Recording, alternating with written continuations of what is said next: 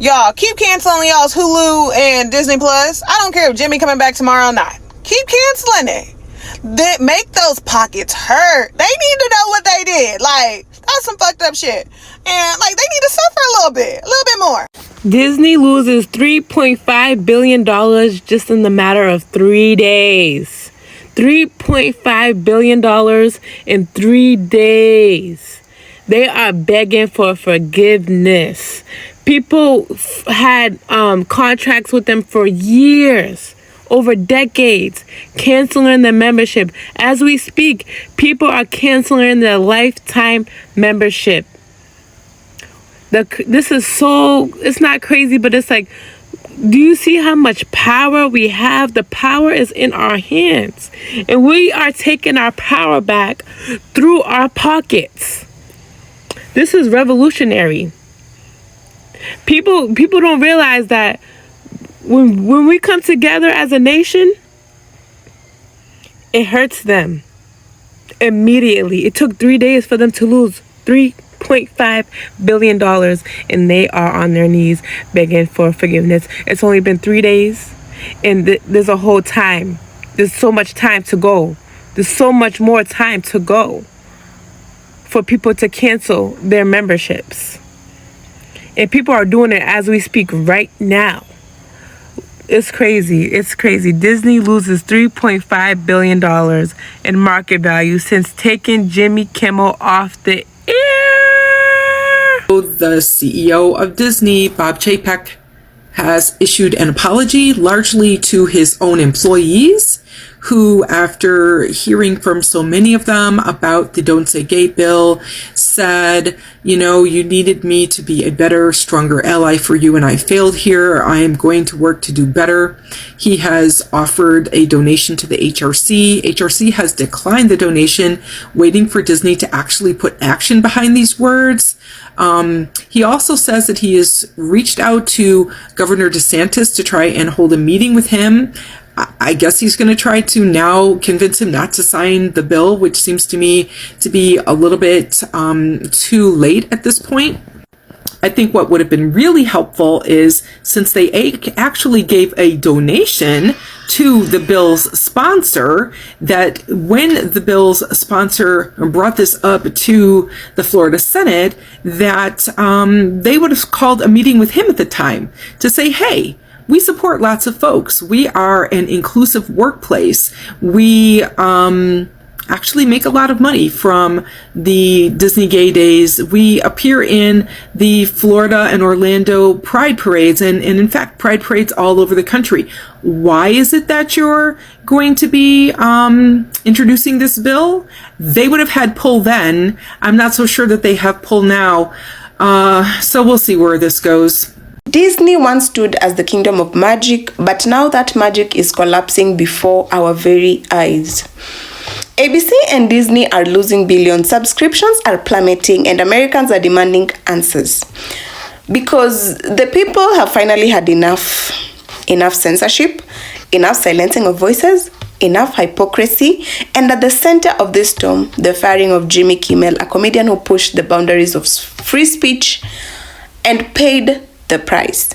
Now, we are peeling back the curtain to reveal how Disney and ABC are now desperately begging Americans for forgiveness while scrambling to hold on to the crumbling empire they once built on dreams. Man, you people were serious on Disney. Disney, $3 billion estimated loss in just maybe 3 or 4 days? You guys really had a long talk with Disney. $3 billion. People were canceling their timeshare vacations. They're canceling literal ownership of timeshare condos. They're canceling lifetime memberships with Disney World. I'm witnessing a empire lose. And the people are speaking, and they're speaking very loud. I mean, I know people that are literally canceling memberships that they've had for decades. Man, Disney, you really stepped on your own ass. And quite frankly, I don't think bringing Jimmy Kimmel back is going to do anything except fuel the fire of pissed that people are at you right now. You really underestimated your fan base. You made a decision that hurt the quality of your reputation. Disney is not playing with y'all. Disney said, bitch, we put Jimmy Kimmel back on TV. Now go ahead and get them subscriptions up. They are going to charge y'all $19 an hour starting October 21st for y'all subscriptions. But baby, that's not it. Hold on. Now that's for the ad-free plan. The regular plan will be $12, okay? The Disney Hulu package will be $13 a month. And the Hulu and live TV will increase to $90 a month. $90, that's my fucking internet, bitch. And the Hulu and live TV will increase to $90 a month. That is more than my damn internet, y'all. I pay $89.99 for my internet. I know it ain't much, but shit. They said the price charges are a part of the regular trend for the company, with increases also occurring October 2023 and 2023. They say these are the regular price increases because every year it goes up. I told y'all they was playing in y'all faces. I told y'all that shit. Do not get those subscriptions. Disney, y'all done lost y'all damn mind. And so has Hulu. I ain't getting shit now. I was gonna put my Hulu back on, but fuck that. Disney's stock took a hit during this whole crisis. You can see that there. Customers began canceling their subscriptions, not just to, say, ABC or Kimmel, but to the entire portfolio of Disney products. There are many ways to measure this. I can tell you Disney hasn't exactly announced just how much money they've lost or subscriptions they've lost. It's probably not in their business interest to fuel their own boycott. But one way you can look into this is Google Trends, where you see the normal churn of people wanting to cancel Disney, which could be for any reason. You could just say, oh, I'm tired of it, or I need to save money. But that's the normal churn on your left. And of course, around the suspension, this huge spike, according to Google Trends, of people just searching for how to do it. 12-month highs. At one point, Disney Plus's cancellation page crashed because so many different people were saying, if Disney is against free speech like this, we don't want any Disney product. Hey, quick reminder, the reason that ABC is allowing Jimmy Kimmel to go back on the air is because they were losing a shit ton of money. They lost $4 billion in one day. ABC was going to get sued the fuck out of Jimmy Kimmel. Jimmy Kimmel was going to sue the fuck out of them. Y'all think that this is about them, anything more than money to them? No. Your boycotts worked, and they need to continue to work. We are not resubscribing to Disney Plus. We are not supporting Disneyland or Disney World. We are not rebooking our vacations. Someone canceled a $150,000 Disney wedding. $150,000 ABC and Disney just lost out on because of their suspension of Jimmy Kimmel. So even though they're allowing him back on the air, you need to keep this energy up, and just don't keep this energy up for ABC. Paramount is still canceling the Colbert Show. Keep it up for Stephen Colbert. Keep it up for all these other companies that are bowing down to a fascist regime. Boycotts work. Give these people the Target treatment. Who the fuck is running Disney? They just announced, oh, you're going to crash our stock? We're going to raise our prices. And the people who are stuck here, they're going to pay more. They're going to make up the difference for all the people who canceled. You know why we can raise our prices? Because we can. Because we will. Because we did.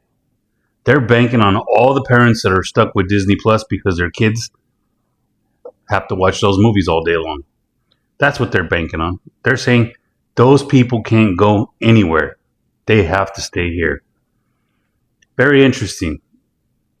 Wouldn't have thought it. Kimmel's back, as we know, but a lot of the other satellites that used to carry the show have already refused and said, we're not carrying his show. You can bring him back, but we're not going to air him.